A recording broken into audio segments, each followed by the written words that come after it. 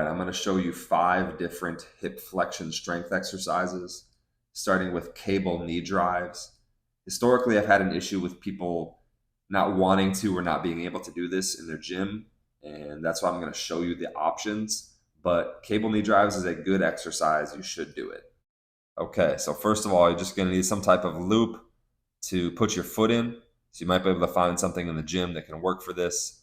Otherwise, I use my Husky hang all. It's just a Velcro strip that you can use to make a loop. Works really well. Then you're going to set the cable at knee height. That's so that we have the desired angle of pull on the resistance. And you're going to put your foot in that loop, step out away from the machine so that you have enough slack to be able to do the knee drives without the weight hitting the stack. Okay, then you're going to need something to hold on to for balance. So if you're in a common gym setup here with a double cable stack, then you can just grab the other side, that vertical post, and that works really well. Otherwise, just got to find something to hang on to. I've used like an incline bench before. I've used just a PVC pipe that I hold in one hand and plant it on the ground. Surely you can find something to hold on to for balance. All right, so then the exercise is pretty simple. You're just trying to stand up tall and do rhythmic knee drives. So you want your torso to be staying close to vertical, and that's so that when your hip is extended, the resistance is pulling at the right angle. We're trying to get load on the muscles in the lengthened position or in the hip extended position, okay? So you want to stay upright. Then you don't have to drive the knee as high as possible because we're really not focused on that high knee position. It's really about controlling the descent and then getting a good reversal and then just driving the knee forward hard, and however high it ends up, it ends up. It's fine. We're not worried about that. So just get in the rhythm and knock these out. Okay, next option is a single leg raise. So now you need to attach weight to your foot. Again, I use my Husky hang all, just that one little strap does the job. You should be able to find a way to make this happen. Then you're laying on your back. You got the opposite knee up. You're going to hold it up with the hand on that side. And then on your working side, your hand can go underneath the bench to give you an anchor. And then you're just doing a straight leg raise up and down. Nothing complex about it. I'm going to take it down to a horizontal or maybe just a little bit below horizontal position if you're on a bench. If you're not doing this on a bench, you're doing it on flat ground, then it's not quite as deep, but that is a fine option. Control your leg on the way down, stop just before it touches the ground, and lift it up smoothly. You don't even have to lift it up all the way.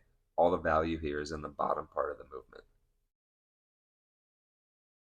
Then our last option for hip flexion strength is actually going to be a single leg sit-up. Now, these don't have to be done with single leg. That can be done on 2 legs if you need to, but definitely over time, you're trying to get to that single leg variation. I'm going to show a few different ways you can set this up depending on what equipment you have access to. First, here's a message on the mechanics of the motion. For these exercises, there's a subtle piece that we want to get right, and so we want to keep your core pretty tight and then move at the hip. So on this sit-up, for example, I'm going to have my butt kind of on the back side of these pads here because I want my pelvis to be able to roll back and then roll forward like so, rather than my pelvis being stuck and I'm moving my spine.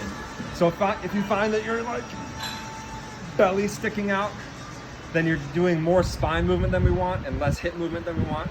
So we're gonna try to, again, be on the back of the pad, same thing on the next machine I'm gonna show, and then keep your core pretty tight and move at the hip joint. So it's your pelvis that's doing most of the movement. So down here, I'm still in kind of a crunched neutral position. I've moved at the hip.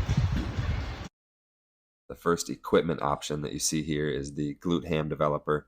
You can see I have one foot locked into the machine and then the other one is on top. So I can only pull myself up using the leg that's locked into the machine. In terms of loading, the easiest way to do this is with your hands at your sides.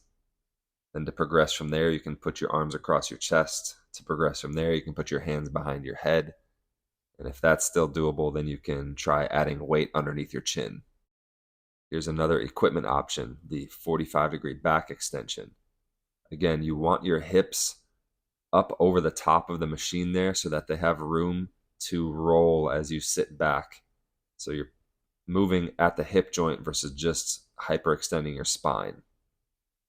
Just get that torso back to about a horizontal position if you have the flexibility for that, and then come up. And here's another equipment option. You can do these across a bench. You just need to find a way to anchor down your foot. So you could just have somebody hold it down for you. Otherwise, you can use a dumbbell. If the dumbbell's heavy enough, you can do this version where your leg is bent. If you don't have heavy enough of a dumbbell, then you can extend your leg out further to give the weight more leverage. Again, as you sit back, your pelvis should be rolling back with you. Just get to that horizontal position and then come up.